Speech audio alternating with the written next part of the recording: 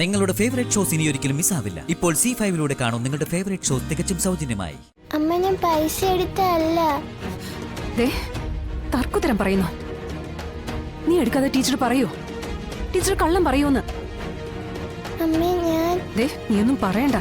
കള്ളത്തരമൊക്കെ പഠിച്ചു വെച്ചിട്ട്.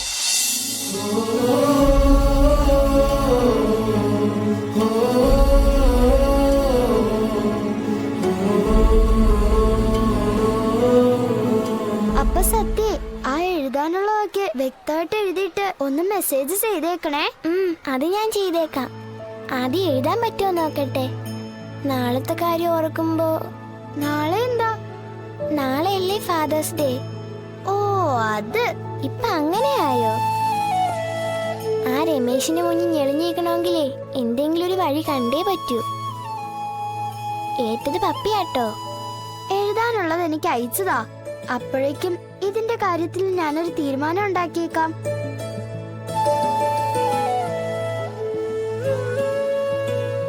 പത്മിനി ഇവിടെ നിൽക്കുമായിരുന്നോ?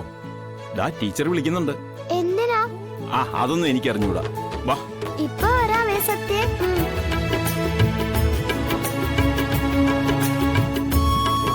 പപ്പിയെന്നെ സമാധാനിപ്പിക്കാൻ പറയുന്നതാ. നാളത്തെ കാര്യത്തിൽ എന്തെങ്കിലും ഒരു വഴി കാണണം.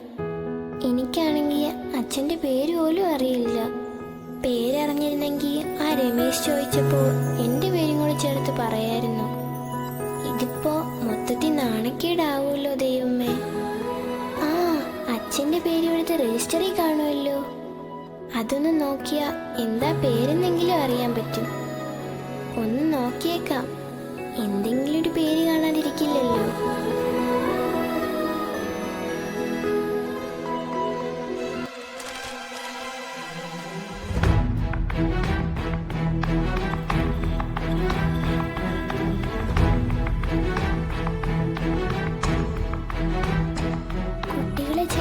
രജിസ്റ്ററിൽ അച്ഛന്റെ പേര് കാണും. അതെടുത്ത് നോക്കാൻ പറ്റിയാ എന്റെ അച്ഛന്റെ പേര് കണ്ടുപിടിക്കാം. പക്ഷെ എങ്ങനെയാ രജിസ്റ്റർ തപ്പിയെടുക്കുക?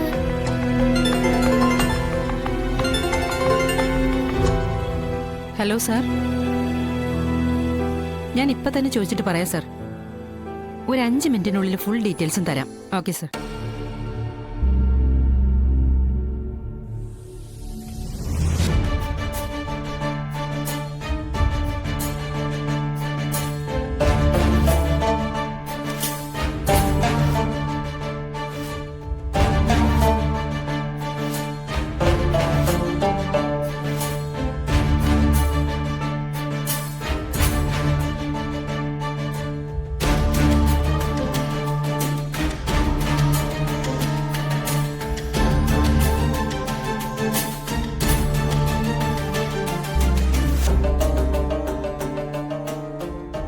ഇതിപ്പോ എങ്ങനെയാ നോക്കിയെടുക്കുക?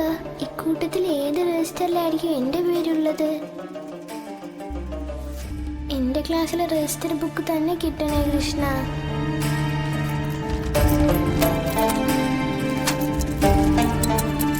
അയ്യോ,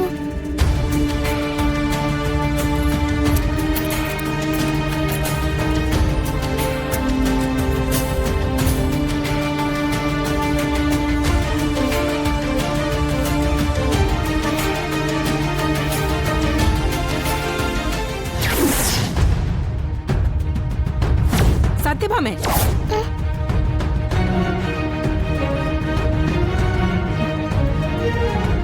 അമ്പടി കള്ളി, പണം മോഷ്ടിക്കാൻ നോക്കായിരുന്നല്ലേ?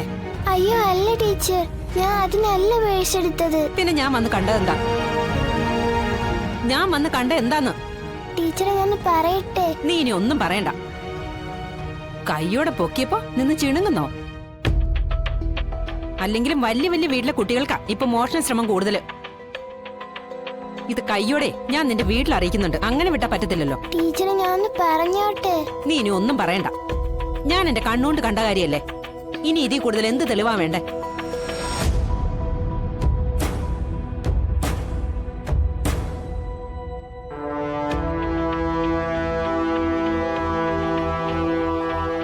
ശാലിനി മേഡം അല്ലേ?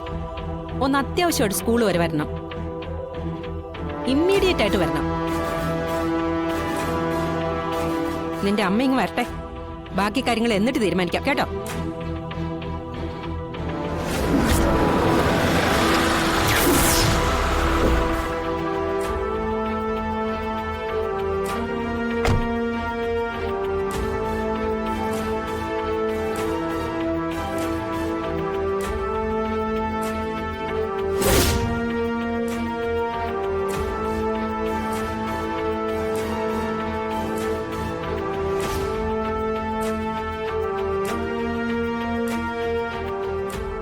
മോളെ,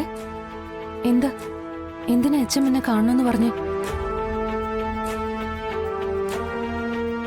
മോളെ, എന്താ കാര്യമെന്നാ ഞാൻ ചോദിച്ചേ? കാര്യം ഞാൻ പറയാം. സത്യം ആരും കാണാതെ എന്റെ പേഴ്സ് എടുത്തു. പണം മോഷ്ടിക്കാനാണോന്ന് എനിക്കറിയില്ല. പക്ഷെ ഞാൻ വന്ന് കാണുമ്പോ എന്റെ ഓഫീസ് റൂമിനകത്ത് എന്റെ പേഴ്സും കൈപ്പിടിച്ച് പണവും കൈപ്പിടിച്ച് നിൽക്കുന്ന സത്യയാണ് ഞാൻ കാണുന്നത്. ഞാൻ എന്ത് വിചാരിക്കണം? മാഡം തന്നെ പറ. സത്യം, ഞാൻ എന്താ ഈ കേൾക്കുന്നേ? നീ എന്തിനാ അച്ഛമ്മന്റെ ഓഫീസ് റൂമിൽ കയറിയേ?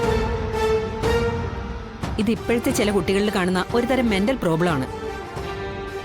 ഇവർ വീടുകളിൽ നിന്നും ഇതുപോലെ ക്യാഷ് എടുക്കാറുണ്ടാവും, നമ്മൾ അറിയുന്നില്ലെന്നേ ഉള്ളൂ.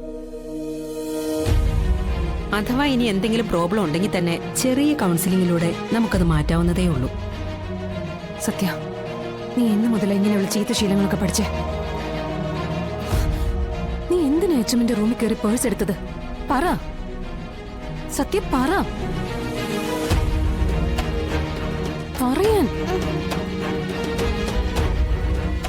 അമ്മ, ഞാൻ പൈസ എടുത്തല്ല. ദേ, തർക്കുത്തരം പറയുന്നു. നീ എടുക്കാതെ ടീച്ചർ പറയോ? ടീച്ചർ കള്ളം പറയൂന്ന്? അമ്മേ, ഞാൻ ദേ, നീ ഒന്നും പറയണ്ട. കള്ളത്തരമൊക്കെ പഠിച്ചു വെച്ചിട്ട്. സോറി മാഡം, ഇനി ഇതുപോലെ ആവർത്തിക്കില്ല. ഞാൻ പറഞ്ഞു മനസ്സിലാക്കിക്കോളാം. വാ ഇങ്ങോട്ട്.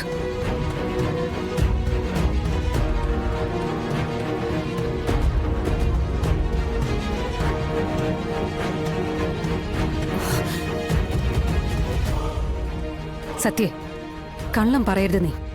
നീ എന്തിനാ അച്ഛമ്മന്റെ പേഴ്സ് എടുക്കാൻ പോയത്? അമ്മ അവരുടെ മുമ്പിൽ എത്രമാത്രം ചെറുതായിപ്പോയി. നീ എന്താ മോളെ ഇങ്ങനെ? പറ, നീ എന്തിനാ പേഴ്സ് എടുത്തത്? എനിക്കറിയണം. അമ്മേ, ഞാൻ സത്യമായിട്ടും പേഴ്സ് എടുക്കാനോ പൈസ മോഷ്ടിക്കാനോ പോയതല്ല അമ്മേ. നാളെ ഫാദേഴ്സ് ഡേ അല്ലേ? എല്ലാവരും അവരുടെ അച്ഛന്മാരെ കൊണ്ടുവരുമ്പോ എനിക്ക് എന്റെ അച്ഛന്റെ പേരെങ്കിലും അറിഞ്ഞിരിക്കണ്ടേ? അതിനെന്റെ ബർത്ത് സർട്ടിഫിക്കറ്റ് നോക്കാൻ പോയതാ. അതിൽ അച്ഛന്റെ പേര് കാണുമല്ലോ. ഡൗൺലോഡ് ചെയ്യൂ C5 ആപ്പ്. കാണൂ എല്ലാ എപ്പിസോഡുകളും സൗജന്യമായി.